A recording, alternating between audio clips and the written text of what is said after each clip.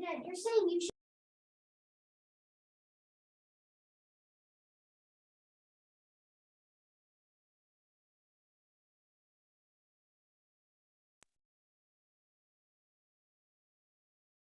Hello?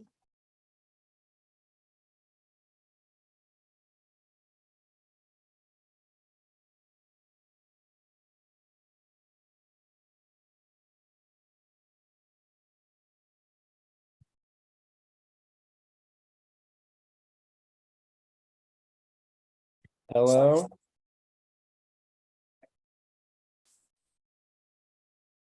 Bill, we can hear you. Got it. Okay. I couldn't hear if anybody could, if anything was going on there because I wasn't hearing anything.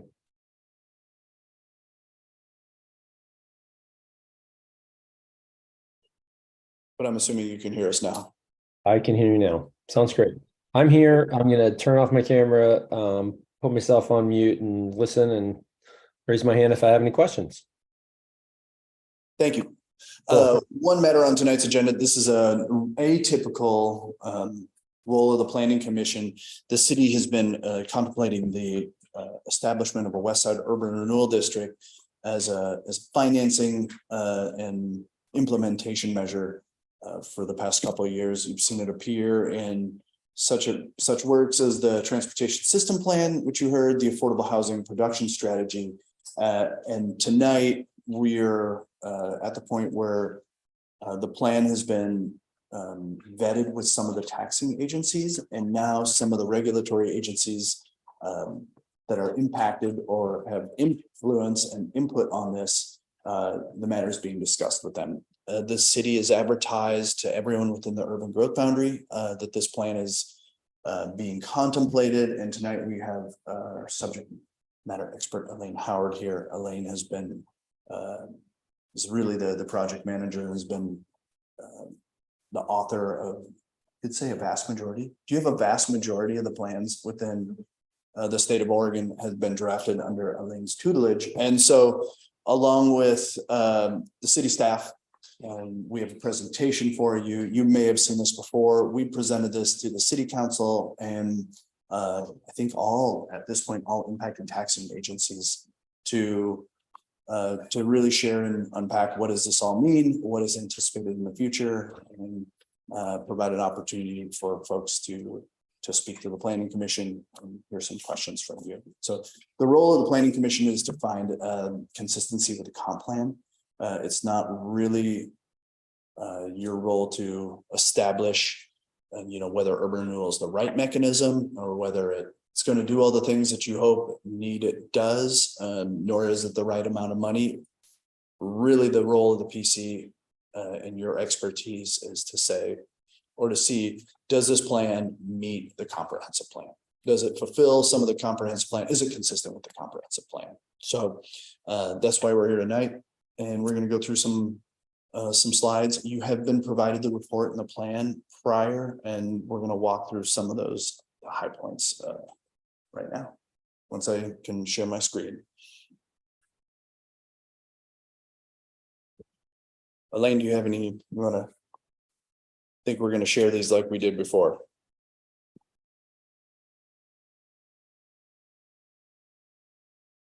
Possible.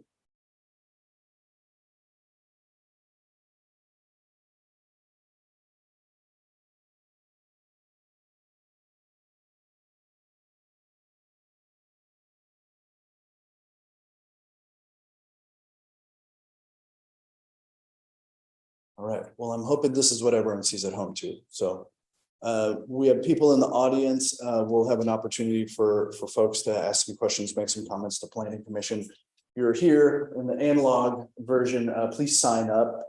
You don't have to speak if we sign you up, but if you do, it helps us keep a record and a log. So without further introduction, we've kicked this off. Part of the initial looks at the urban renewal zone, we took an equity lens to it. That was one of the things that the city council really asked that we contemplate is this is a financing mechanism as a tool that uses tax revenues. We needed to understand and have a good commitment to clarity and transparency, to understand that there will be those that are benefited or harmed, and that we consider the long-term effects on how does that look. A vast majority of the projects contemplated with this urban renewal are transportation-based, are public-based. However, when it comes to the housing element, when it comes to parks and recreation, by diverting funds from one pool to another, we really always want to be mindful of the potential impacts, anticipated or unanticipated, that of who is benefited, who's harmed, and is there mitigation that becomes necessary. So tonight, under that lens, we're going to take a look at the role of the Planning Commission, how the urban renewal tool works, some of the districts, the fundamentals of the districts, its geography, its size, how does it finance, how has input been collected through stakeholders and over time through the life of these projects, and the next steps in the process. As I mentioned before, the request of the Planning Commission is to review the plan and determine whether it conforms to the comprehensive plan and make your recommendation to City Council. Ultimately, City Council will have an approval to make on this, and having your input and providing this venue, the opportunity for the public is important and required. So as depicted here, the district is approximately 407 acres. It is predominantly incorporated in the city. However, there are 100 acres of unincorporated property. The area and the geography is from east to west, really is biased along the Cascade and Historic Highway. This is the city's only east to west arterial corridor. It is hugely important as a regional transportation network. It is owned by ODOT. It has not been possibly maintained to our level of satisfaction, and often been cited as an inhibitor to future development on the west side. As we reviewed some of the previous work from the west side area concept plan, this is the vast majority of the real estate that is developable within the city falls in this area. Also along this stretch is a vast majority of the city's commercial, vacant and available commercial land. Along the highway, it includes sections of Westcliff Drive, which are, again, kind of our newly developed hotel corridor. And it includes some of the larger undeveloped pieces owned by the school district and various private property owners that we should anticipate our greenfield development in the future. I think this is where you're. It is. So I'll do a little urban renewal primer. So urban renewal is embedded in the Oregon State statute. It's embedded there under federal authorization, and now all 50 states. Washington just came to the urban renewal funding in 2021, but all 50 states use urban renewal tax increment financing. So in Oregon, absent new development, property tax growth is limited to 3% per year. That's limited due to measures 5 and 50. So if you own property within Hood River, your property taxes will go up by 3% per year. At a time an urban renewal area is established, the assessor establishes something called the frozen base assessed value of that area. That is the total assessed value of all of the properties within the area. It's real property, personal property, manufactured property, and utility property. All of the different taxing districts continue getting their taxes off of that frozen base assessed value, that number. But any increase in the assessed value in that area for the time frame that urban renewal lasts, the taxes off of that go to the urban renewal agency to do projects, programs, and pay for administration of the area. So urban renewal is funded by a division of taxes that are already paid. And instead of going to all of the different taxing districts, that growth goes to the urban renewal agency. Urban renewal is not a new tax, and it does not increase anybody's property taxes. It just divides where those taxes go.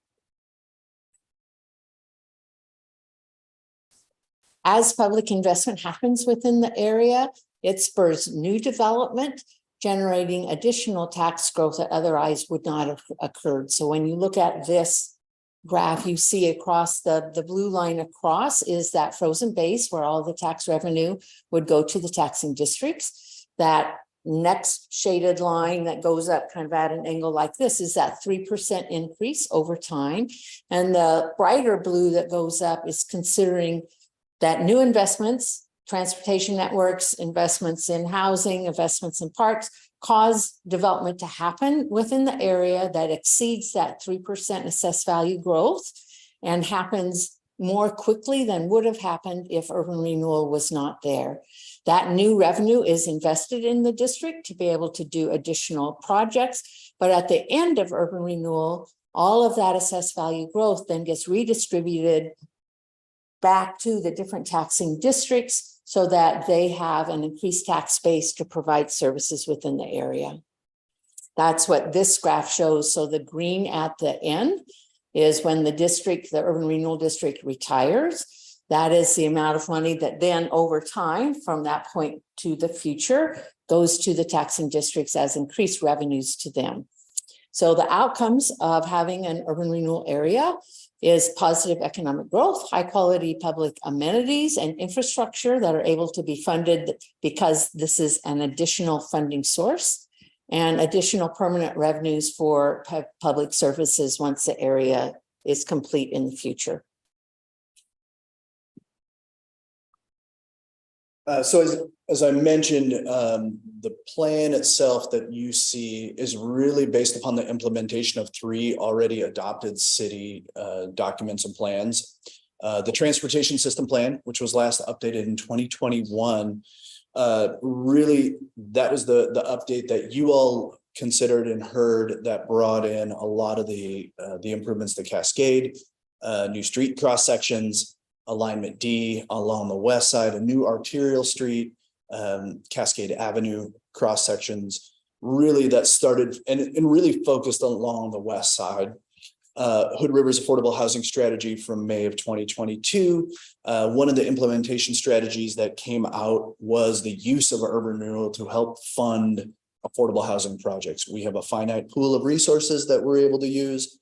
The use of urban renewal and its impact on housing was identified as one of the priority strategies to help gather funds, really to help either partner with development community or get land access.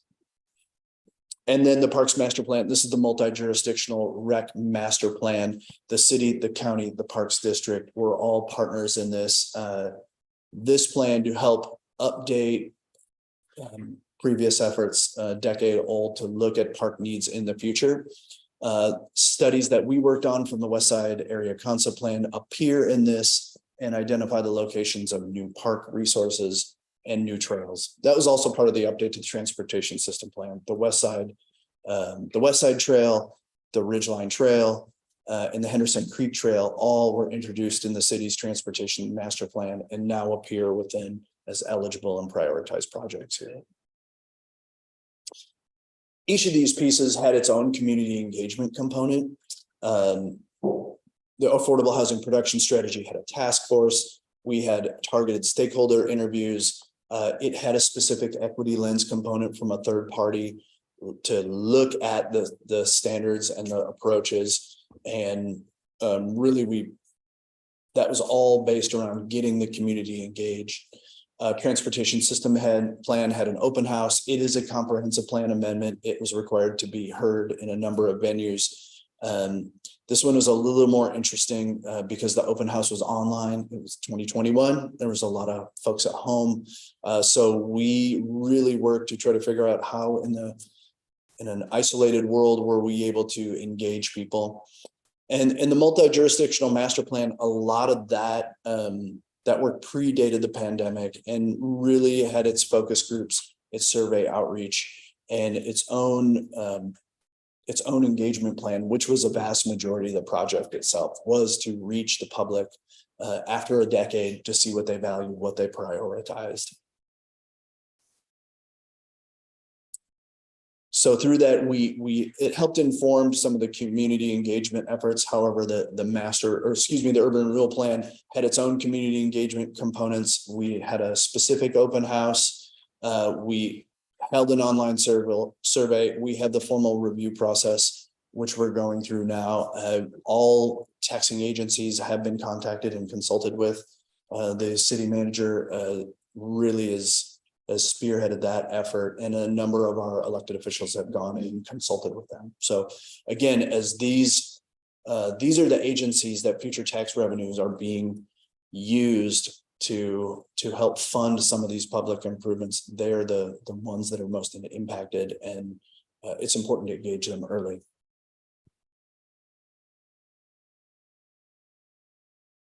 The list of proposed projects have some assumptions. Urban renewal is not going to fund everything that's outstanding here. However, it is part of what we refer to as the portfolio or funds or capital stack. One of the many funds that are going to be necessary to be used to implement projects. So without it, we will still rely on Department of Transportation funds. We will be looking for state housing credits. We will be looking for the use of system development charges. Legislatively or federally directed spending, all these will still be required to help complete some of these projects. When it comes to implementation, we also have other infrastructure projects, water, sewer, stormwater. They have dedicated funds. However, these do pair well together. When building roads, it's best to manage the underground infrastructure at the same time. And when it comes to alignment of projects, we'll be looking at the whole host of opportunities to see these completed. We got to talk about this piece at any other stage today, the additional infrastructure planning needs. This is your hearing, so you go back 1 minute. Yep. But so I guess I'm most concerned about that part of it, right, which is that while Land D and other pieces will be built, brand new according to you, roadway sections and that type of stuff. The build out of say Main Street would require quite a bit of effort. So where's the funding plan for that in this whole project? So for water and sewer, each of those funds have capital improvement plans. So outside of this project, the CIP, we have a water CIP capital improvements project that runs through. Aside from any urban renewal funds, it's already in place. Water, same thing. Those are restricted funds. They all have a capital improvements project that is dedicated to that. So whether we did urban renewal or not, that is already in place. So we program for those improvements, replacement. Public Works really is the standard bearer for that. But we now have, again, this is a new set of funds to help pair that. So as the street goes in, we will look at alignment with capital improvements projects. The sewer line is going to go in. We would not be well served to build a street and have the capital improvement lag behind. So there's some alignment there. However, the difficulty becomes when you need to redo a street and your capital improvement says we have sewer and water funds and there's no room for road repair. Then we lag behind. It's pretty tough to align a sewer and not redo the road.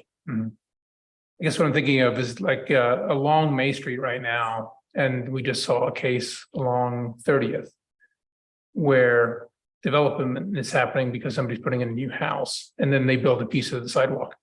Are we waiting for every piece of property parcel along May Street or 30th or Rocky Road or any of these places to be developed piecemeal, or is as part of this overall plan to complete the west side and get it ready for the housing that's going to come in? Is it going to be a bigger effort to? It will change it from piecemeal and development driven to something less than that. However, when it comes to improvements, there is still an expectation that development and some of that piecemeal will occur. Building streets to local street standards, having urban renewal upgrade those streets to a larger standard. That's how these things work together. Also, it's going to be important to invest in catalytic projects. These projects aren't just paid for because they're paid for and really funded by the growth in in the real estate tax. So you want to invest in projects that spur the development, because that's the development that pays for that project. So there's a little bit of, of alignment there. Mhm. So, some of those, whether they're sidewalk infield projects, we will want to be careful of, we want to share the opportunity with people who are building to do their frontage, but we also have to, we will not have all the funds to do every single project. We need to focus on funds or on projects that will stimulate that development, that are usually larger than any single developer, or larger or attributable to a larger segment of the population than any one person. So those are the projects that have positive influence across the community. And those are the projects really too big to unlock some of these development opportunities. So, and that's why Cascade Avenue is so important. Everyone uses Cascade Avenue. However, no single individual and no single individual project can manage the improvements along Cascade. And so but also its benefit touches more people. So those become the type of projects that we really want to see happen, to unlock those pieces and to spread the benefit across folks. I think Bill Irving is also flagging. Yep. Hey, a little bit, maybe a follow-on question to Mark or your comment, Dustin. You use the analogy that maybe the road for a local development would only be this big, but if we're upsizing it to a collector or an arterial, then it's going to have to be something larger. And then maybe the burden of that differential would be borne by urban renewal. Is that close? I'll accept that as, close. Okay. It seems like it's hard to build one of those. I guess the question is, and then building that bigger road, if it gets built prior to the local improvements going in, is there some type of reimbursement district or reimbursement expectation upon the development community for some of these projects, or not? There is absolutely, I would expect I expected probably work in the reverse, is that as the development community comes in and oversizes the roads, that urban renewal could reimburse them. However, those are arrangements that there is power to do that. The agency has a power to make and to come to development agreements with local developers. It also has the opportunity to initiate projects on its own right. So the answer to that is both yes. Reimbursement could occur to either the agency or the development community. Got it. Thanks. That's the answer I was trying to understand. So some of the transportation projects that do show up on the list, I've pulled up here. Again, these are, for the most part, came out of our last transportation system plan update. They are those that dominate the financially constrained plan, which unpacked is the plan of those projects that are the highest priority, that need the most funding, or have the highest priority to the city. So they are appearing in here really as the prioritized projects out of the transportation system plan that impact this area. So improvements to Cascade Avenue, Cascade Mount Adams, Alignment D are really those very regional impactful projects with a large ticket that show up on here. We also have a placeholder, other projects as opportunities come up. This is a forward-reaching project, and we expect to look at this for 25 to 30 years. So we wanted to build in the opportunity that if there was an opportunity to come up, that we built in the authority for the plan to capitalize on that. From the housing strategy, there's a goal to create another 150 to 300 units in the area directed at housing for those making 120% or below of the MFI or the median family income. That is really a broad swath. However, there is a lot of need here, and we've definitely seen a real challenge over the past decade for the market itself to be responsive to the 120 below and not really getting any closer. We would expect this to be broken down into 3 projects. Combination of owner occupied, rental owned, and again, another placeholder for opportunities to collaborate as they come up. Proposed parks, this includes not only park spaces, but the paths and trails. West Side Drive from Wine Country, West Side Community Trail, the Henderson Creek Trail, the Ridgeline Trail, and other projects as they align. And again, comes out of the West Side Area Concept, the Transportation System Plan, and we have a illustrative on the board here that shows where these plans and projects could occur. Again, this is a good example of a project that benefits the community that no one is individually responsible for. Waiting for development to occur probably has we've identified some risk here without having a vehicle or the means to really be ready to see these things installed in a timely manner so that we have a network of green infrastructure. Sorry, where are we on land acquisition for those projects? Is it? As development occurs, No. I mean, land acquisition, there is no dedicated fund for trails and open space for land acquisition right now. Mhm. So we are here. So. Yeah. When we looked at this plan and the financial analysis was completed, the financial analysis is based on that frozen base assessed value and then the projection of development that might occur in the area over time. We looked at a 25-year urban renewal area. The duration isn't required hard time frame, but it helps us to establish what funding levels are projected to be. Given that there are about $87.4 million in 2023 dollars to be allocated to projects over the 25-year lifetime of the area.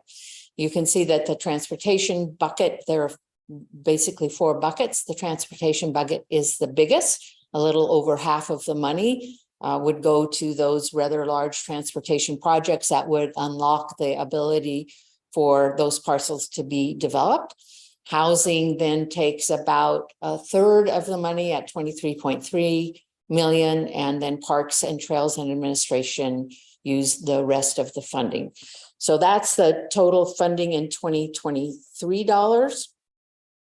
The maximum indebtedness is the actual figure that is in the plan and is the limiting factor on all urban renewal plans.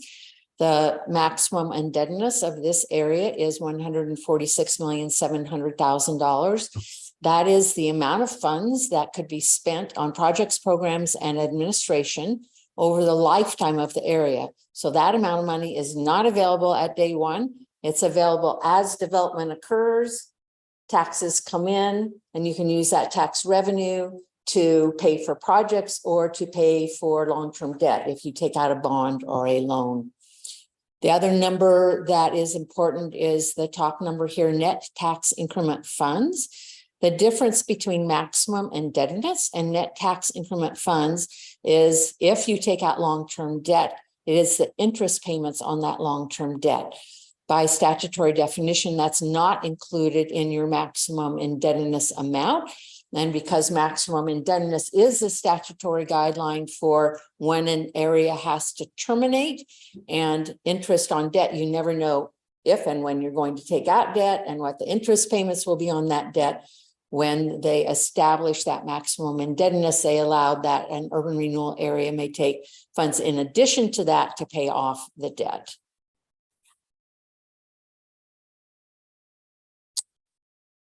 So the capacity of funds, yes. Bill might have a question on that last slide. Bill, do you want to ask a question? Yeah, she might be getting to it right now.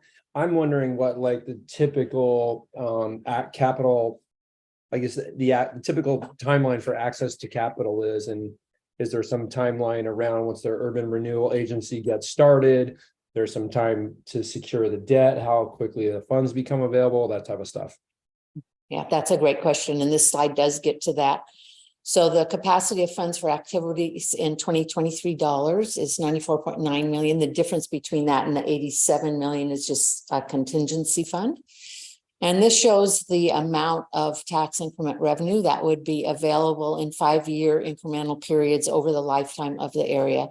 And again, duration isn't hard and fast. So if development happens more quickly, these funds could be available more quickly. If development happens more slowly, the area could last a little longer. The actual impacts on the taxing districts doesn't grow because that maximum indebtedness, by the time you reach that, is when your area ends. So this shows the money coming in about equal increments over time. But that does assume that the Urban Renewal Agency does incur debt, so does go out for a bond or a long-term loan to be able to do projects. The reason the city is looking at that in this case in particular are two reasons. One, land acquisition is important to do early in the plan because land prices are going up so astronomically. And if the city is intent on trying to develop affordable housing, you need to buy that land as quickly as you can to be able to stabilize that cost of the housing. You may have to land bank that land a little bit before you're able to put together the financing plan for doing the actual project. But if you've stabilized that acquisition cost, it will go a long ways to making or reaching affordability numbers. The other factor is a lot of these transportation projects have fairly large price tags, especially Cascade Avenue. And if you're going to try to do those projects early in the plan, you can't wait till those annual revenues come in to be able to do it. You need to be able to place a long-term bond to be able to fund those projects up front.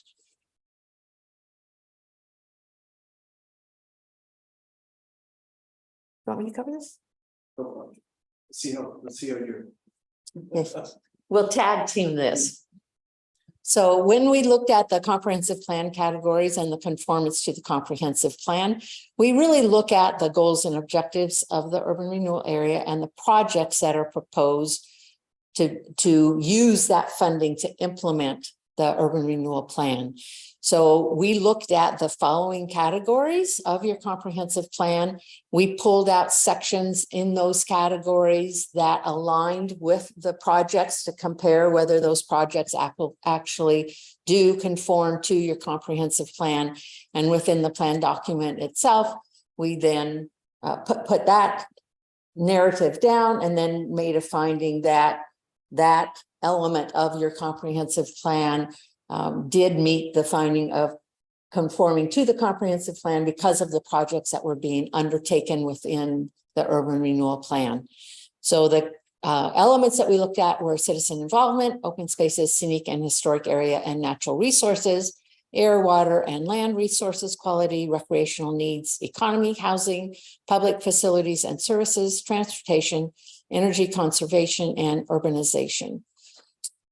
So we felt that all of those had, I mean, especially you look at the three in the middle, recreational needs, economy and housing, and then transportation. Those are the projects that are being proposed within the urban renewal plan. So those are the most key areas, and then other areas also are impacted within the comprehensive plan.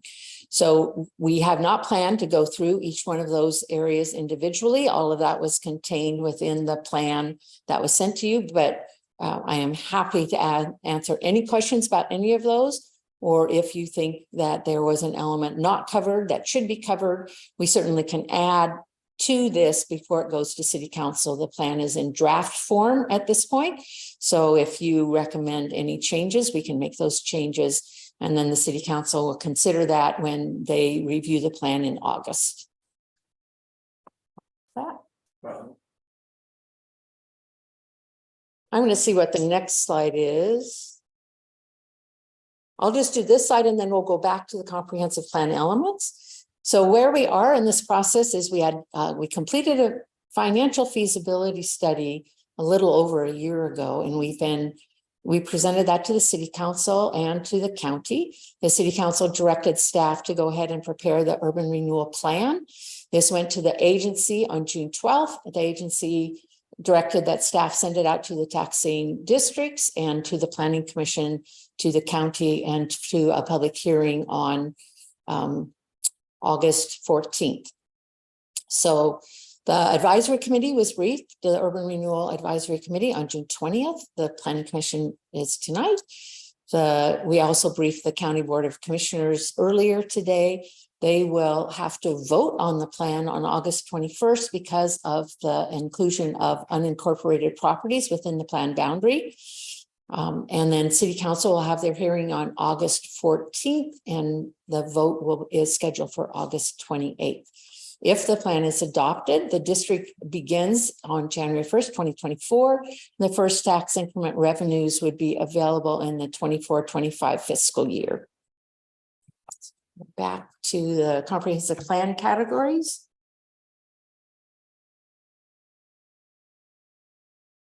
Let's see if there are any questions. We've been going at it Now before. the time to ask it, but then the public want to ask questions, or is there a break? Do you want to wait at the end? It's up to you, whether questions want to take questions now prior to the commission. Typically that follows the public hearing model of hearing from the public, then you all have the opportunity to deliberate and ask questions as we land the meeting.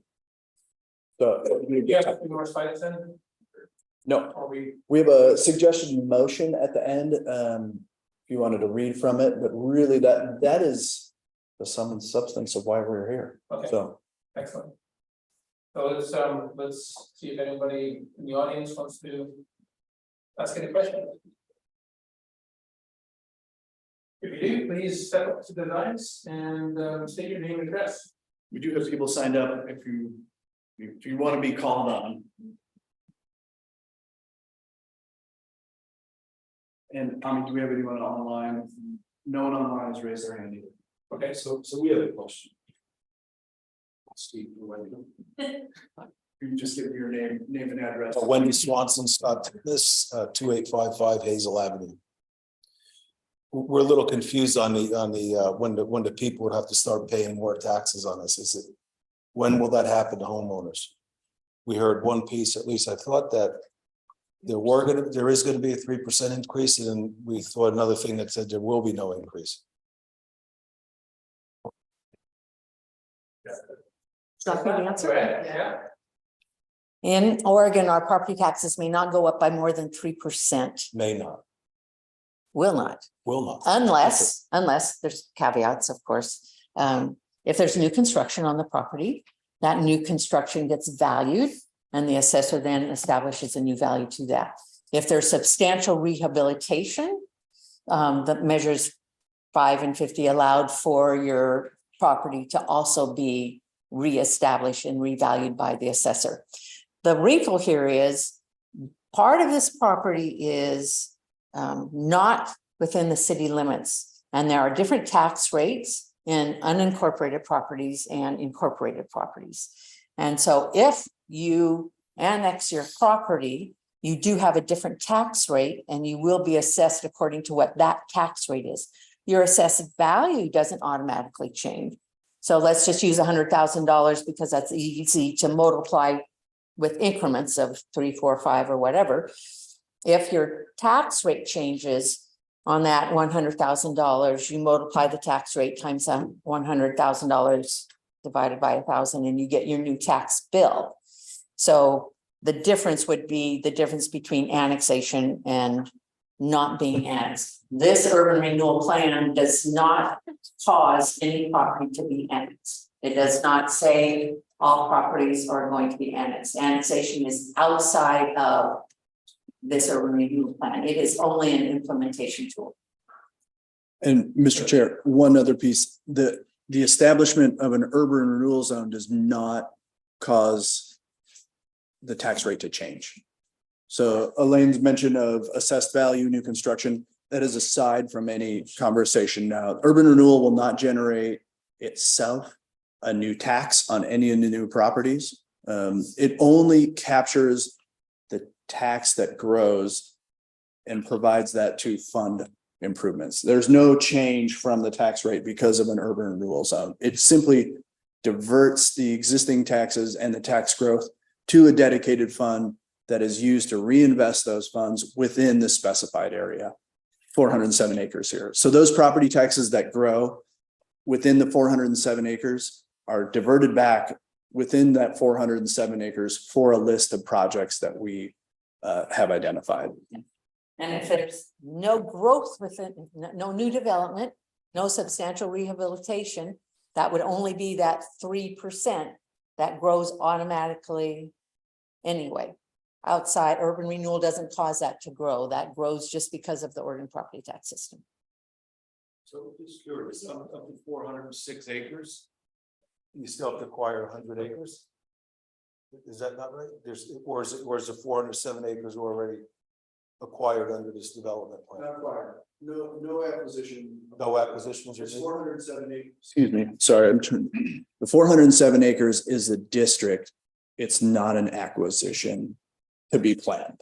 It's simply, it's all the private property, all the roads, all the ponds, all the wetlands, all the existing lots, all the built development and all the greenfields. That's just the geography altogether. So It's like the designated area. Yeah. How many private developers do you guys have signed up yet? Because I heard the development agreement seems like that's not solidified yet, is there? no, there's existing development occurring without the district. So you have a number of plans, houses being built, hotels being built, building along Cascade, all that has occurred. There's no RFP or solicitation for developers now at this point. So it's just like the rest of the city, no different. So the lot down there on off of Cascade below us, the one that's been under construction seems like forever already, and there's not really much done. What's happening there? Grading, Well, yeah, seriously. seriously. No, what's gonna be built there? No improvements, no new development has been proposed other than grading. So in the city, you allow grading, but you don't know the outcome. That was approved by the city council. Any grading over 5,000 square feet triggers a site plan review. But you This don't was know over what's gonna- 5,000 square feet. It triggered a site plan review. So that could sit infinity in the developer's is not bonded by building something. Correct. Heard that, okay.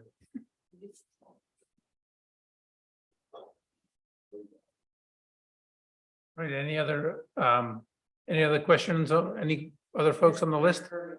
Commissioner Irving. Yeah, I see Bill has a question. Is there anyone else signed up on the list? No one's stepping up. All right. Hang on, yeah, go ahead. We have a non-signed. Hang on, Bill, we'll get to you in a second. So Chris Lindsay, 115 Sixth Street. My question, going back to the slides, I think you had earmarked 3 or 4 different buckets to the tune of 80 something million. And then if I looked a couple of slides later, it was about 140 million and 170, including debt repayment. That's a pretty large other bucket. It's the time value of money. Yeah. Okay, what is the other bucket's value? It was the difference between 94 and 87, so about 7 million is contingency. And do we? Okay, Yeah, sorry. I do. So I want to make sure it was on the recording. So the difference between the maximum indebtedness of 146.7 million and the 87 million is just time value of money over that 25-year time frame. So it assumes 3% in inflation over that time period. So 7 million or roughly a little under 10%.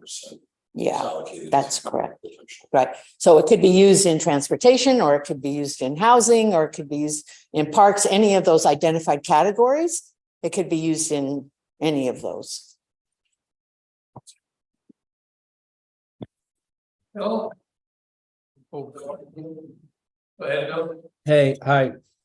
The person who asked a question 2 questions ago and got an explanation, I feel like there might be something that could be slightly better explained if he doesn't. So in Oregon, we basically have 2 values on our property tax statement, and by ballot measure, you pay taxes on the lesser of those 2. One is your real market value, which fluctuates and certainly goes up more than 3% a year typically. And then you have a maximum assessed value, which is the one that can only increment 3% a year And while she says it may, it does every single year. I mean, your tax, your market assessed value on your property grows 3% a year, and it has for the last 10 or 20 years you've owned your property. And so that increment is going to continue to happen. What they're saying is setting a baseline now, all of that 3% increment that has just been happening is going to accrue somewhere else. Does that make it any more clear? Well noted, yes, thank you. Yeah. I guess, one other thing. If you could get up there so we can record it, that'd be great. To protect the thing. I know you said you're grading there, right? But our perspective is, and we can't change the laws, there's no question about that. But you don't have to look at where we had a beautiful trees down there. We got a developer comes in, knocks down all the trees, and there's really no end game is what you're saying. There's really no end game, because you don't know if he's gonna put up a high rise, 3 houses, 10 houses, 20 houses. You really don't know, it sounds like to me. Now, you may have somewhat of a preliminary plan, but there was no renderings. You're saying that we're gonna paint it white, blue, like normal other around the US. I've been involved in many entitlements. And generally, you have to tell the city or whatever, this is what we're going to build. May we have a grading permit so we could start beating the timeline of construction. Now we're looking at like a complete disaster down that works, it doesn't work, it works. I just think that maybe you all should look at your rules and regulations here going forward to protect the homeowners. Thanks for that. Linda Maddox, step up to the mic. Linda Maddox, 3018 Dana Lane. I wasn't going to speak, so I'm not prepared and I can't read anything because I forgot my glasses. But I think people need to be, I think we need to bring this down a little bit to reality. And that is that basically urban renewal diverts money to a single area. This isn't getting across, I feel. To this area of 410 or what, 407 acres. And for these variety of projects, from parks to road to transportation to housing, to these 4 categories. And in so doing, that money would before now, without the urban renewal agency in place, without having this urban renewal area, it goes to the library, to the port, to all sorts of, to the city. The city is actually taking the biggest hit. And in the package, you can read about that. So that money is money that we're now using for our city. Okay, it's going to now be diverted to this 400, I'm going to say 400 acre project, and to encourage development. So I think the really important point that I'm trying to make is that guess who benefits? We benefit to a certain extent, but guess who really benefits? The developers. She said it, whispered it. It's the developers that are going to benefit, because a lot of what is going to be put in is what we call infrastructure. And so I just felt like I needed to clarify that, Mark. So that because it's hard. I have lived here for years and was involved in the very first urban renewal district that we had here. At that time, it would go to a vote, whether you're going to have an urban renewal district or not. Had to go, or to use that tool, we had to go to a public vote, and it failed. It failed, and we're trying to clean up downtown.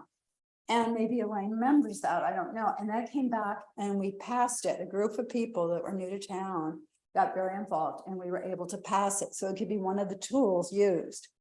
The difference between what is going on with this and what we've normally had in urban renewal districts is they're relatively small. You know, they're down there. The first one was on Cascade. And I mean, they've all been small, even the latest one on Heights. This is huge. This is like monumental compared to what we've had. And so, and there are not a lot of people asking questions. So, because it's confusing, it is confusing. And It is even to me, and I can see developers benefiting. And I am worried, we're gonna do a lot of housing, which everybody needs a house. I mean, I realize that. But I'm afraid of the consequences of the growth. You've got glasses? Sound terrible. Okay, maybe some people glad I can't read, but I don't even know if I would have got here, but anyway, yeah, that I can see a little better. So I am concerned that they were gonna have all this housing. I mean, I moved here in 1987. Guess what we didn't have? Jobs. There was housing, but very few jobs. Okay. So it was 36 years ago. And so that's what I'm concerned. What are we going to do on that side of things? And this development is over 25, this urban renewal district is for 25 years. So there'll be a time. And while I'm up here pitching whatever, just trying to explain how this works, one of the things I feel has been forgotten, I've seen it in some of the packets, are sidewalks. Sidewalks. Our town has never had good sidewalks. And I really feel, man, I go down Ram Road from where I live on May Street a lot, and it's so dangerous. And I have seen this year almost 3 people almost killed kids and crossing May different places, but having school kids. And so I'm going to put a little bit of a pitch in that if we're putting in roads and putting all this housing, potential housing, or developing it for housing, we've got to have sidewalks for the safety of our populace. So that's it. But I just wanted to clarify some of those things. Thanks, Linda. So I have a number of questions. My first question is, maybe I'm just missing the obvious, but why is there weird cutouts around Nina Lane? Those cutouts within there are area that are detention ponds and wetlands. They are not taxable. They are never going to be built upon as long as wetlands are not built upon, which stay in age, who knows? But that's why you see the exemptions there. For the sake of real estate, that is never going to generate increment and is probably never going to receive or need the project spent there. Thank you. So I really appreciate the comment about sidewalks. And one of the things that I was looking at when looking about our comprehensive plan is just the disproportionate money that's going to car infrastructure. And you know, we have these different individual plans, but there's not, it seems like there's maybe some misprioritization, or maybe a question for myself of what are our priorities as a community. When I hear people talking about the needs in this community, when I hear people saying about what drives people out of this community, the roads aren't wide enough has never come up.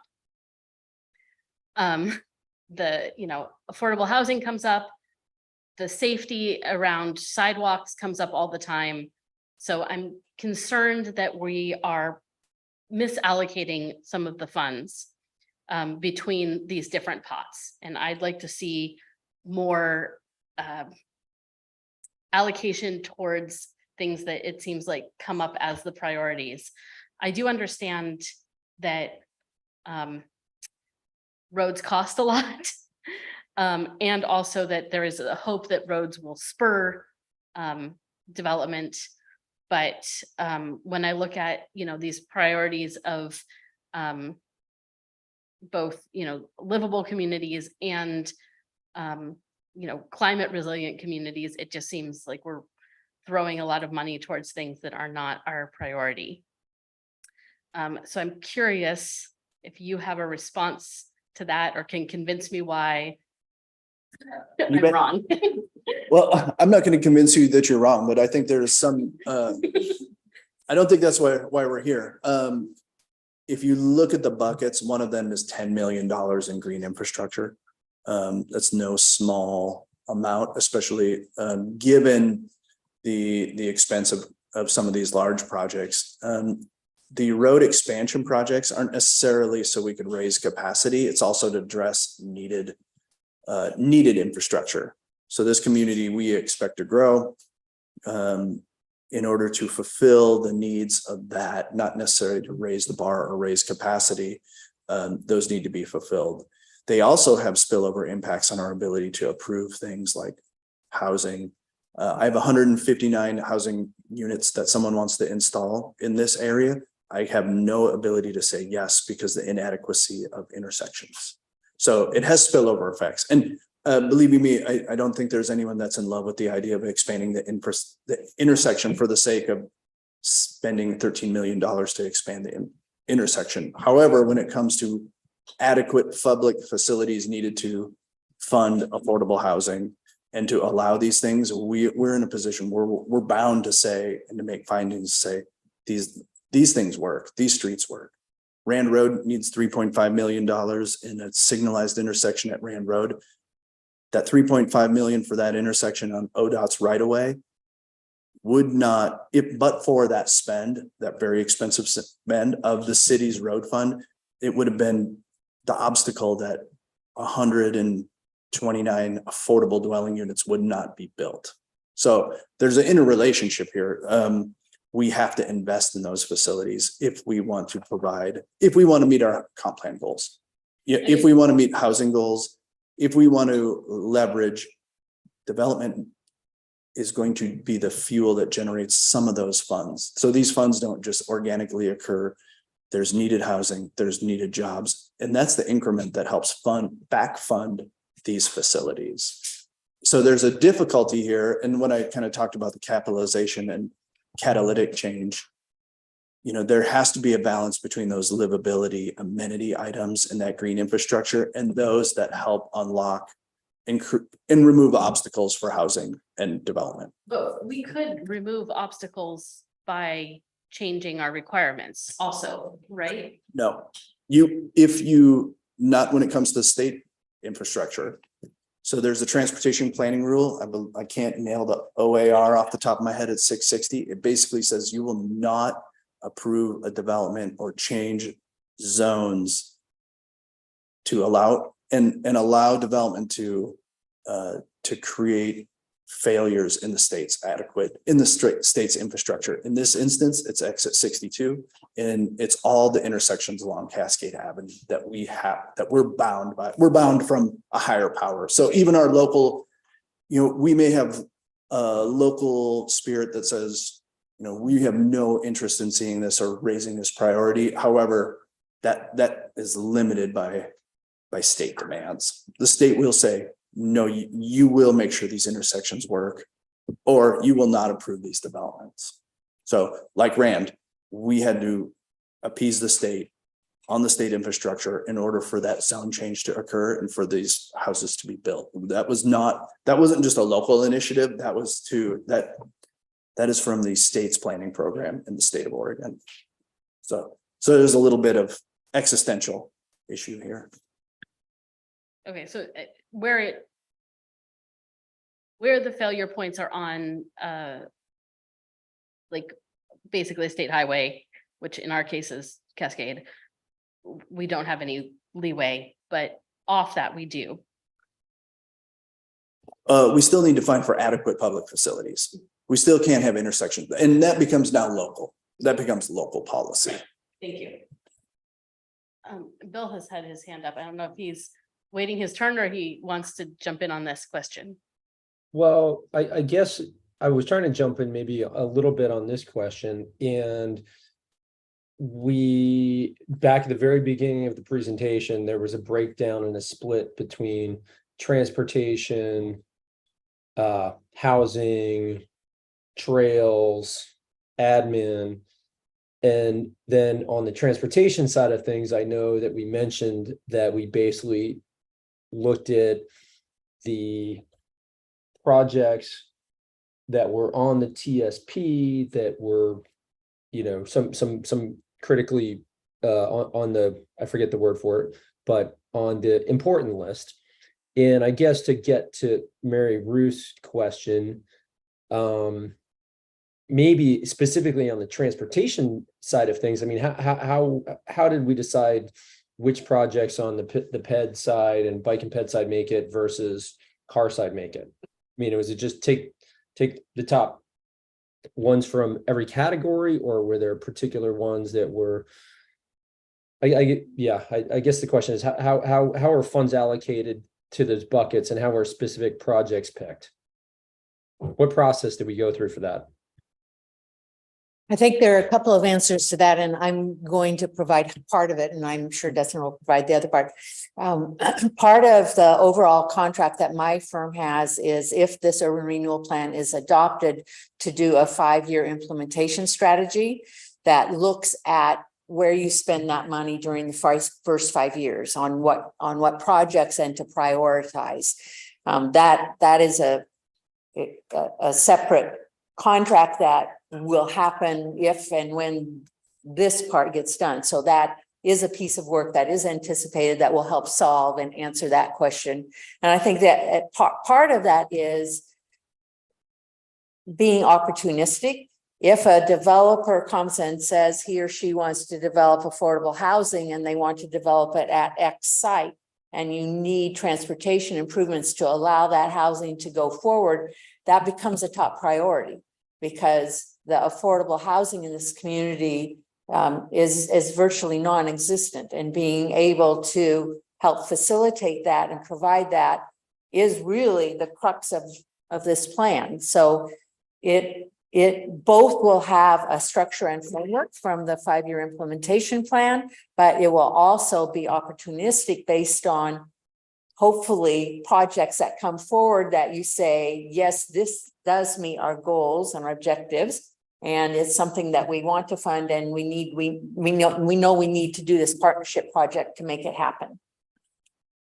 I think when you look, another part of that answer, looking at the financially constrained list, the projects that show up are the largest arterial projects. So the ones that are kind of I call it the backbones of the transportation system network, those gain priority first.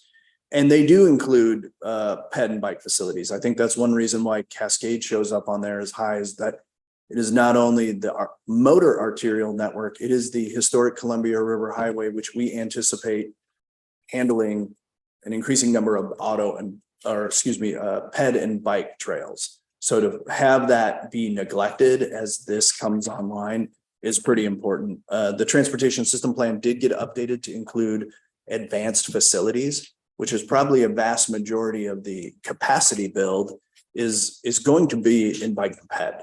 So Cascade Avenue is not just curb to curb cars. It also has cycle tracks. It all has anticipated trees and a significant spend in those non-motorized or in those non-vehicle modes. So I think that's an important feature too, is Cascade's not just cars and curbs. It's people, it's bikes, it's the historic Columbia River Highway, and those new features that are conspicuously absent today. Like Cascade is not a walking place. I think that is what's envisioned and what shows up in the TSP and where the capacity add is. I think you also see along Cascade, the area that has the highest growth potential, both your C2 zone, your commercial job producing zone, also the area that has the largest opportunity for development, both in commercial production as well as housing production, as well as your highest density residential. So those are the areas that really have the biggest lift when it comes to and needs. Cascade in that arterial framework also is, that's the community size. Again, that has the biggest touch to the larger community, although located within our 407 acres.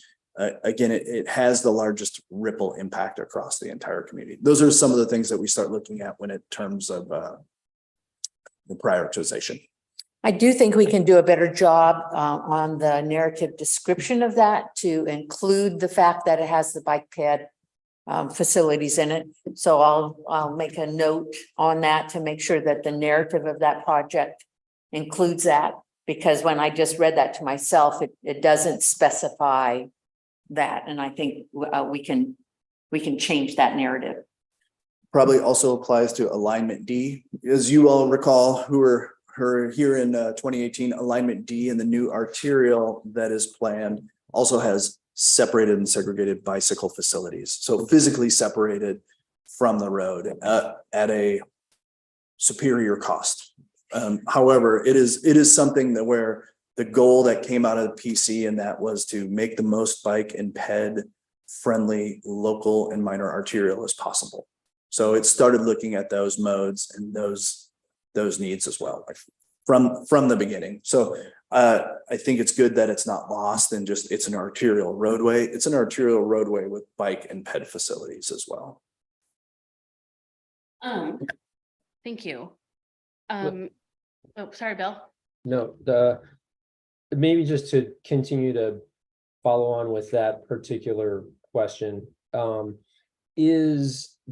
there specific projects then that, we have these big buckets and we see the 87 million and this much in this category, this much in this category. Does that mean that there are specific projects that these funds are guaranteed to go to? Or is that a framework that says we're roughly looking for this, and when the projects come up, it can be allocated differently? You kind of said on a opportunistic basis. So I'm kind of wondering, is like, are we committing to funding this project by this amount right now with this effort? Yeah, that's a great question. Any urban renewal agency, when they do their annual budget, may change allocations to projects. So sometimes projects get more expensive and they have to decide not to do a project and they allocate funds from one to the other. Sometimes a project that was on your 5-year plan becomes more important or more imminent because you were able to get some kind of other funding or grant. So these project buckets are project buckets at this point in time. That's what's required when you're developing an urban renewal plan. But the urban renewal agency does have the authority to change and move that money around within their annual budgeting process, which is an open public process. So people can provide input on that. Thank you. Okay. I also want to ask about the housing. So the affordable housing production strategy plans include a goal to retain housing opportunities that exist. And so I want to know, but I don't see that at all in this plan.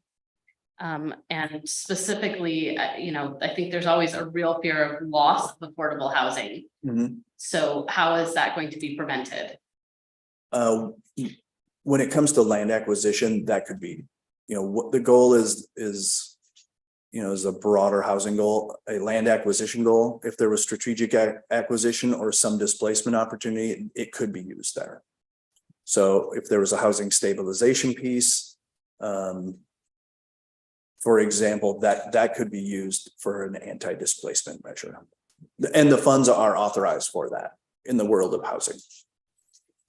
Okay, so basically what I hear you saying is if something were to come up, we could decide to do something about it. Okay.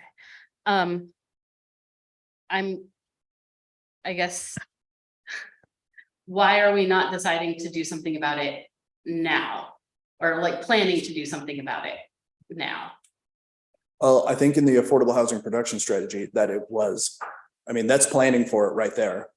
Establishing a plan for preservation of naturally occurring housing. That is the first step. And its prioritization have a number of pieces that we acquire land. We use urban renewal as the vehicle. We're only at the urban renewal vehicle phase. Mhm. So again, I'm sorry if I'm being really, really dense here, but Yeah, we're not there yet. We haven't established the urban renewal tool to capture the increment in order to have the resources to do it. This is a resource tool. So, the planning around housing and its acquisition and or land acquisition we purchased Rand Road out of city funds and construction excise tax. Right. That is underway. And those resources are committed and allocated. Now we have to come up with more resources if we're gonna do more.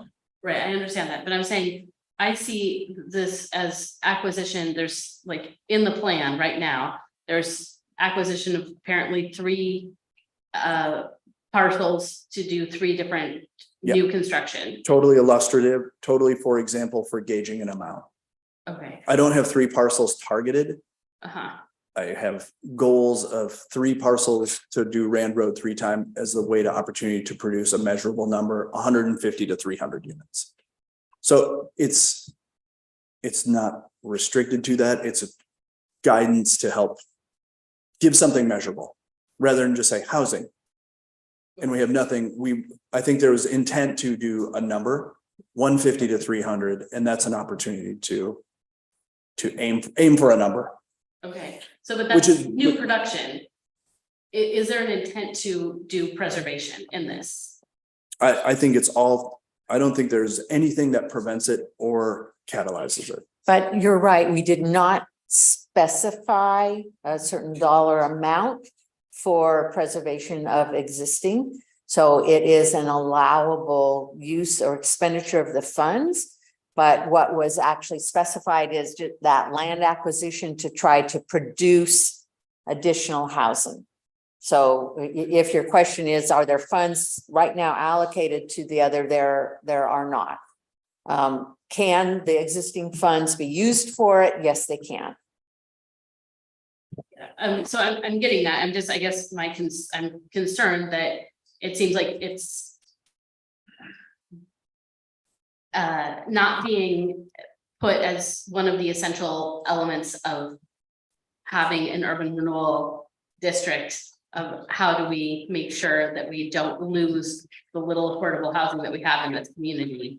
And it seems like that should be front and center in the plan, so I'm concerned that it's not.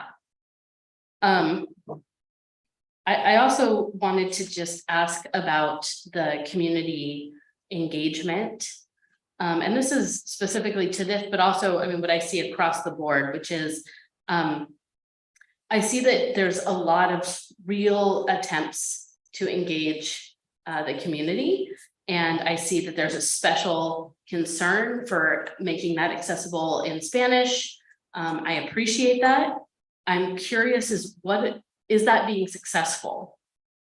So I see all this, things of like, oh, we, did all this great stuff. And I'm like, great, when you look at what you got, did you get any survey results in Spanish? Did you get any, results from people who identify as Hispanic or Latina? Like, how are we doing in outcomes?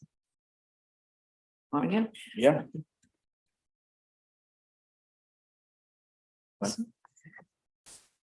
That is a great point, because we were unsuccessful. We did the FAQ in Spanish. We did the survey in Spanish. We had an interpreter ready for the open house.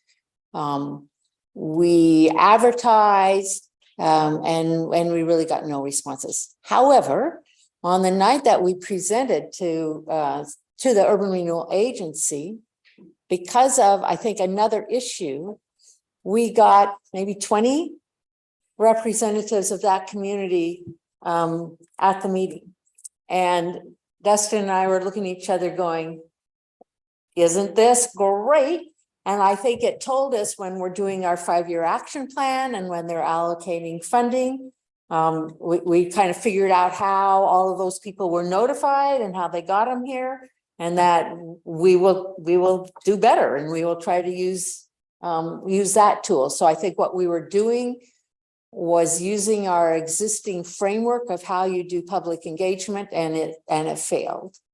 And we know we need to do better. And one of the guidelines is that equity and information. And I think we've learned from that, and you learn and you go forward and do better. Thank you. I appreciate that. And I am glad to hear that you learned some new strategies. And I really hope to see that Because I do see that the same strategies are used unsuccessfully repeatedly. So I'm glad to hear that there's some new ideas.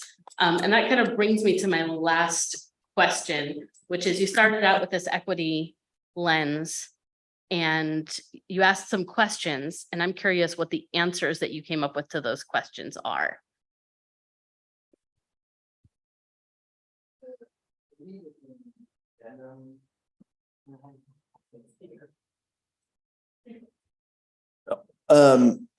Within it, displacement comes up. I think the identification preservation, that is one thing that it shows up in the equity lens, if not in the report. We had, I believe it was Echo Northwest, provide, they were the specialty consultant on that to do the findings. And I think rather than coming with outcomes, it was to inform the questions in the development of the report. So within your, I think it's within the packet. Yeah, it's an addendum to the plan. There is a copy of their framework. And in working with the city, since all of the existing plans had a lot of information and public outreach, what we really talked about is as money starts getting allocated and you then start working with the public, similar to what you're doing in the Heights area now or have been doing, that equity outreach should be done before those funds start getting spent. So this gives the framework to be able to spend the money, and it gives a framework that equity is an important consideration when you are spending the money. So if you look at the goals and objectives, we did include that as part of the goals and objectives, so that when in a few years you have the money and people look back at the goals and objectives, and that will be part of the 5-year action plan, that it says you make sure when you're doing outreach that you consider those issues and when you're spending the money. Okay, so the questions are to be asked later, basically. However, it's part of the foundation framework of, here's one of your lenses. Are you doing a good job, and are you being successful in how you direct the money? There is an equity lens that should be included in that. Not just vehicle trips traveled or lane miles, it's also this filter as well. Thank you.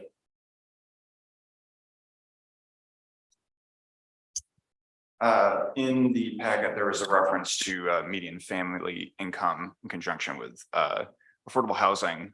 Can you, because for members of the audience and on Zoom, can you provide kind of information about what exactly is median family income here, so people get a sense of who this is serving? Generally speaking, we're looking at 92,000 for a family of 4. And that's just the range of MFI, or median family income for the city, and that's annually adjusted. And I think we've charted this out over a number of infographics, but that's your generally the top of the needs served. Oftentimes people hear that and they're shocked at how high that is. However, I think the key feature is not how much of that principle is what is the mismatch between available housing and what that median family income is. So, your ability to generate, your a third of your income, $33,000, divided by 12 months, that can be a challenge for a family of 4 at this location. And I think that's the real issue. It's not just the MFI, but it's that ratio of what is available and attainable within this city and how much you make. And in the stabilized rate too, not just what's available between November and May, but what is available year round. There's lots of data in there about how this, what kind of a level of housing crisis that we're dealing with, but just wanted to provide that data for the audience. Speaking of numbers, there's a reference to inflation being at 3%. Obviously, we know that as of late, I mean, it's gone back down, but the past year or two, not approaching anywhere near those numbers. In terms of in the future, which obviously we can't know what things are gonna be. Just wanted to confirm that, is that contingency fund, is that part of dealing with the wrinkles of what inflation may or may not be? Sure, the contingency fund, can you be used for that? I often ask Tiberius Solutions, who does all of the financial work, should we look at this inflation rate? And they go back and they look at what the Fed says, and they look at historic rates and average rates, and 3% still works. On some urban renewal plans that were adopted like a year ago, we changed the first 2 years from 3% to a higher rate. On this plan, I think we just started with the 3%, knowing that as you average it over 25 years, that's historically been where those inflation rates are. We also know that when cities are going out for bids for projects right now, they're getting bids in that are way higher than what they ever thought. So what the real inflation rate is on those always varies. But we use known indexes. For sure, yeah. Normally 3% makes sense, yeah, historically. So going back to housing, obviously I know about like the parcel that the city has on Rand Road. Is that considered as one of those 3 parcels that is referenced in here to like the 300 units of housing, or is this additional to that? Like, is the Rand Road being considered in that number at all? I think we have anticipated more. However, it becomes something eligible, again, based on Rand Road being within this. Certainly it's a housing project, and given inflation, we want to, we don't have a capital pool of money, but certainly it would be the type of project that we modeled this after. So. But the hope is there are 3 additional projects similar in capacity to what the Rand Road is. Gotcha, understood. Going back to like the, there's a, in terms of process, this is going to come before the county. I'm not sure how they feel about it or anything like that, but just for the sake of it, if the county doesn't adopt this for whatever reason, does this fail outright, or is there like an opportunity to be like, well, removal of lands that are not part of the city from this consideration? That's correct. Okay. So if the county does not approve, then the plan as written cannot be adopted by city council. So the options of city council would be to go back and resolve issues with the county, or to remove those unincorporated properties and adopt a plan that does not include them. There's a reference in the packet to let's see here, the Cascade Avenue and intersections such as Cascade Avenue / Mount Adams, where mixed use development is anticipated to help meet the needs for multifamily housing. Is that just because of the zoning in that area, or are we aware of like certain proposals? Or I was just wanted to hear a little bit more about what that is referring to specifically. Yeah, so commercial or C2 zone that's around there is set for mixed use. In anticipation of what we've seen in your last housing proposals, that has been the favored zone for mixed use development, both on Cascade Avenue, as you last saw it, as well as in the Heights. Certainly those projects address housing needs. They take that development to its highest potential in terms of the opportunity for the maximum density that occurs in those zones. Certainly those are projects that we're trying to capitalize on, providing both commercial in your goal 9 analysis, as well as in goal 9 needs, and residential in goal 10. So they make for strong corridor features in terms of placemaking and fill a pretty significant need that identified in the city. Great. That is all for me. Hi, You'll have to pardon my lack of questions. I am the planning commission representative on the Urban Renewal Advisory Committee. So I have seen this presentation or some iteration of it there probably at least 10 times at this point. I'm not, an expert, but you all have done a great job of coming up with questions that clarified things that I felt were important for people to know, specifically the very first one, which is that an urban renewal district does not increase your property taxes, which is like the number one piece of misinformation that I hear, and that freaks people out about this. Is it fair to say that the lists of projects that have been identified as like the major projects, for example, some of the Cascade traffic projects, which I would say, or at least in my opinion, are, I would say, more from a safety perspective that they need to be addressed than like, let's honor, like, we want more traffic. But is it fair to say that those probably are unlikely to happen in this time period, or would be very difficult to complete in this time period without establishing this urban renewal? Yeah, district? but for, we call it the but for. Yeah. But for urban renewal,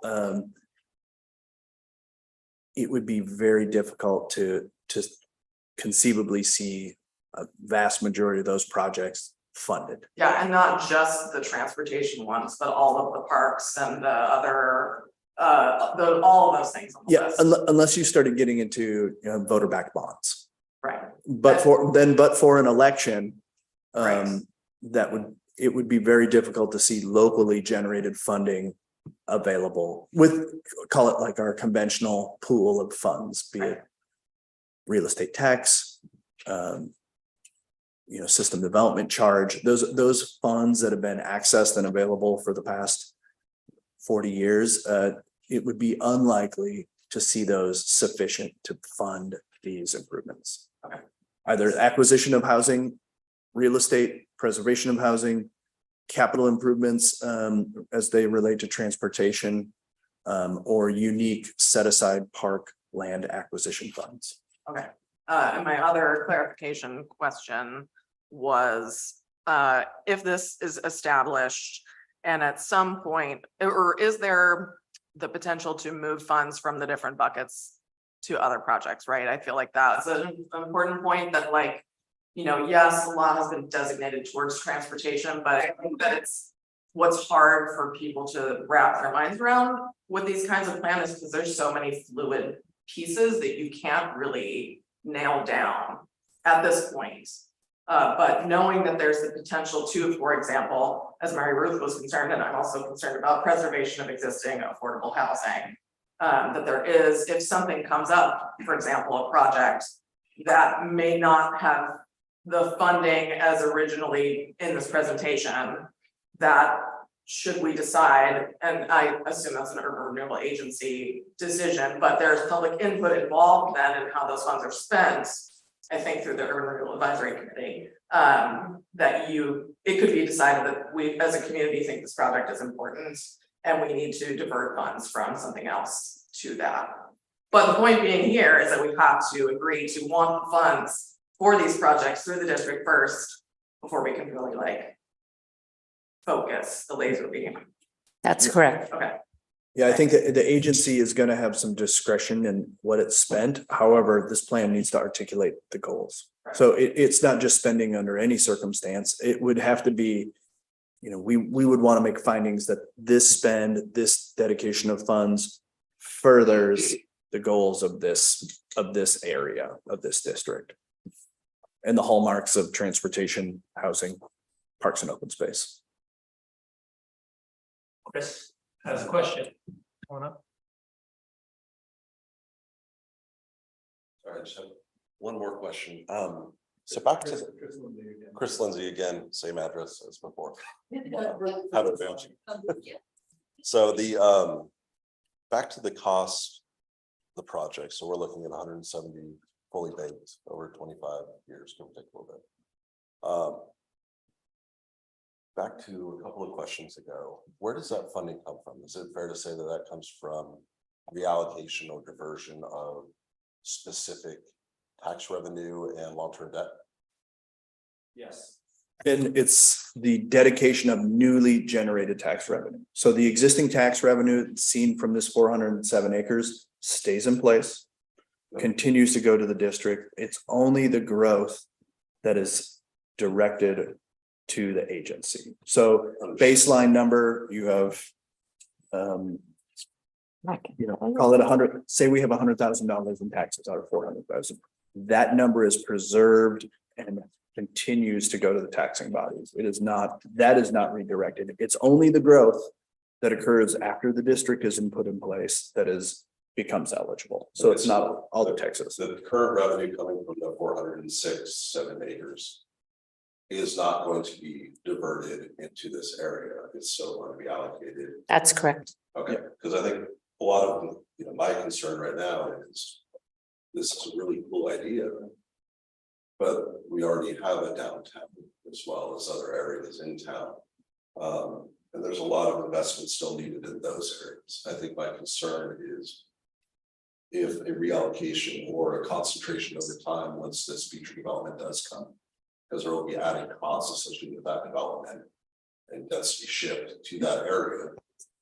What impact do you anticipate that will have to, say, the central business district or the Heights or other areas?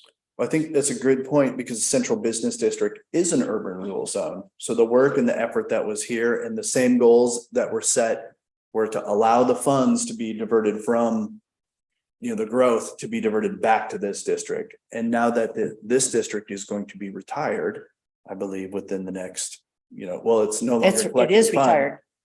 Those funds are now available. Not only to this district, but elsewhere, because that investment in time and that direction of resources downtown has resulted in a very successful. I think downtown is a great example of an urban renewal done well. Yeah, I think everyone can agree a lot of progress has been made, and there's also still work to be done here. So I guess looking forward and understanding sort of the state of things still here in the central business district, for example, is there any risk to the prioritization or seeing through the projects currently in place here or in some areas of the city? Or I don't see a reshuffling because of it. So, I mean, it just adds to the pool in the existing funds. The existing funds available today are still existing. And I think the existing funds that are available today will hopefully become more readily available rather than being directed towards intersection improvements. I could tell you Rand Road, the intersection improvement there in this district took almost all the capital improvement funds available for transportation because it was needed. So rather than have a directed pool, that takes, these projects now, hopefully that frees up real estate or frees up funds that would need to be directed here.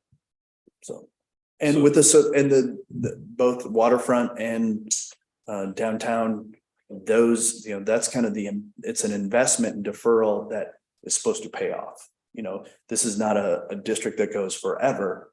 It's once completed, such as downtown, that increment that has been built up because of that directed spending is kind of like deferred payment back to those districts. It's now with the things that have been done, the development has occurred. Now we unlock those resources that now become available. Right. The waterfront is an urban renewal area now. It's one of the most successful in the state in terms of number one, its ability to close early. It's going to close early because it's been able to generate the amount of funds earlier. It's created jobs. It's created, a beautiful area. It's a very successful urban renewal area, and it will be closing down. And the amount of new taxes that will go on the tax roll will be substantial. I don't have the number with me. In prior presentations, we have given that number. For Planning Commission, we're not really focused on the finances. We're focused on the comp plan. But when we come to the city council hearing, we'll probably give some of that background again. But the amount of growth and increase in value down there has been substantial and will then be returned back to all the taxing districts. And that was 14 years. So the difference between urban renewal and downtown or the waterfront 14 years ago, which was essentially vacant, and today I believe is an $80 million delta. Yeah, and I don't remember the number, And but so it's $80 very million high. and 14 years later, those are funds and those are the successes that we expect our other taxing bodies to see us operating in goodwill and using this well, because they will be the primary beneficiaries of that. So there's no risk to decrease focus or continue revitalization of downtown or. I mean, I think it's all in the city's I mean, this is a good thing. It's coming in the transportation system plan. So urban renewal is financing things that we've already been focused on. So, Good. I've got one question or a two-part question. two-part. Two-part, depending on your answer to the first question. So explain this concept that I'll say besides grants or what the state might chip in, the suggestion here is that those within this boundary of 407 acres are involved in this urban renewal district. Is that what I'm hearing? That only those properties and portion of their taxes will be funding this urban renewal district? That's correct. So my second part is, why isn't the rest of the city contributing to this project, being that Cascade Avenue is such an important business potential location and housing potential location for the benefit of the rest of the city? Yeah, I think that's part of the, and I was trying to make this clear that urban renewal is not going to be the only mechanism that funds this. We will continue to use system development charges to fund this. So those are paid within the entire city. Only if you develop something. Only if you develop something. That's one of the features. Real estate tax, the funds, the general funds that we have within the city is still used to operate and manage. So urban renewal can't be used for operations. It can't fund the street sweeper. There's things that still the capital construction of the system management isn't just limited to the bricks and mortar. It still has a shared responsibility for operation and maintenance as well. Now, whether we do other bonds, whether there's under other sources, there's a real likelihood that other parts of the city will contribute to this. Urban renewal is not going to be the sole source to generate the funds here. Yeah, I just feel like the rest of the city will benefit from Cascade, the rest of the city will benefit from Main Street or the future Post Canyon cut through, right, as they can recreate in that direction. So it seems like the whole city is going to benefit from this project. Shouldn't they be part of helping to create these roads and other infrastructure upgrades that we need? We can't do that through urban renewal because we have a limitation of the amount of acreage that could go in an urban renewal area. So we have to have the acreage within our urban renewal areas be under, and it's 25% of the total acreage in your city. So urban renewal is one funding source, and that's how we're looking at funding the affordable housing, the transportation that we can, the recreation, and then looking to the city, to their other funding sources to help fund the other portions or parts of the costs of mostly that transportation network. And we can't do that through urban renewal. You might be able to do that through a GO bond, which does increase property tax payments, or through other city funds that are allocated, or if ODOT funds or other grant funds could be allocated to it.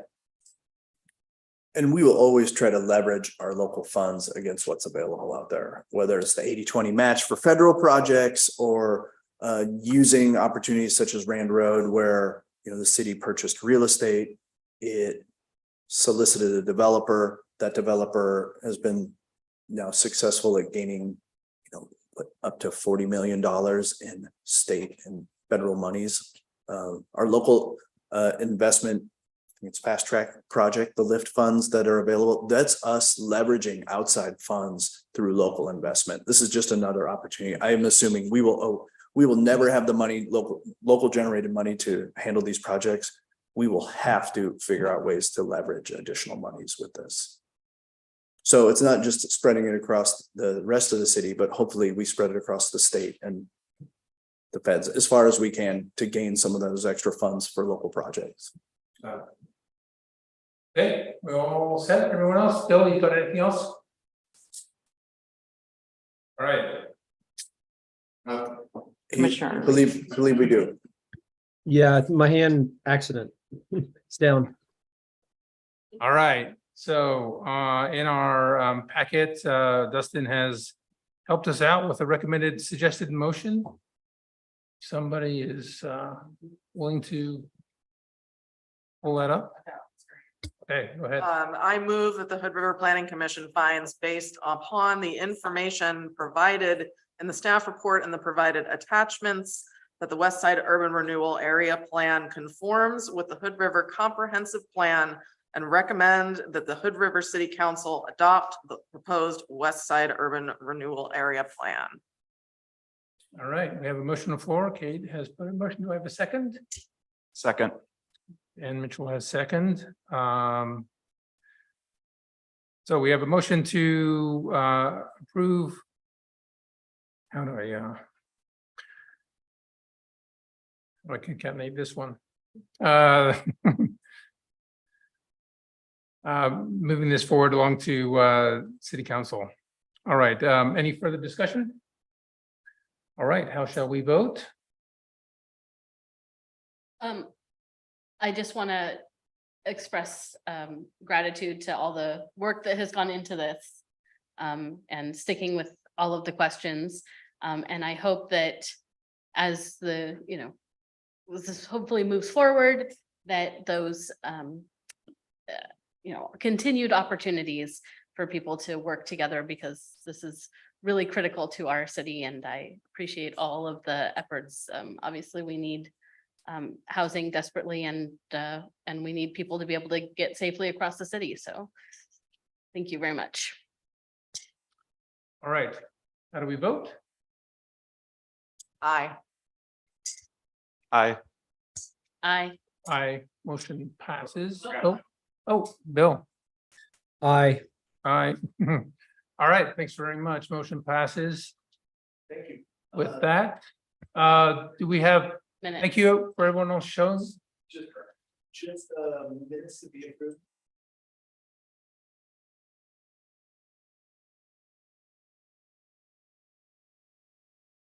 Okay, did anyone find any issues in the minutes? Nope. Nope. Okay, so I will entertain a motion to approve the minutes as submitted. Go ahead. I move that we approve the minutes from the June 5th, 2023 Planning Commission meeting as submitted. All right, any further discussion? Oh, the second? Go ahead. I second. I also- All right, we have approval of the meeting minutes. Any further discussion? I just wanted to say that I think people forget that the city records all these meetings with all the different agencies. And if you want to know more about the urban renewal process or the West Side Plan, I highly recommend you find the link for the YouTube videos and watch the discussions that the Urban Renewal Advisory Committee, which is a citizen committee, has had about this plan, because they've been very spirited and interesting, and I find them very helpful. All right. We'll take a vote. All those in favor of approving the minutes? Aye. Aye. Aye. Bill? Aye. Chair votes aye, motion passes. All right, what's next? When do we meet next? Not about this. but Yeah, just- no meeting next about this. I'm not sure if you have another meeting within the next 20 days. So we don't have anything queued up for planning commission for August. August first one or the second? Second is mathematically possible. The first one will definitely be canceled. Okay. So we could let you know though, if it comes to technically we have to notice everything 20 days in advance. So if we get to within 19 days and nothing has been advertised, we will not have a meeting. Okay. That's not. We might be away in the middle of August. All right, thanks for coming. Thanks for your input. It's 7:15 and we are adjourned.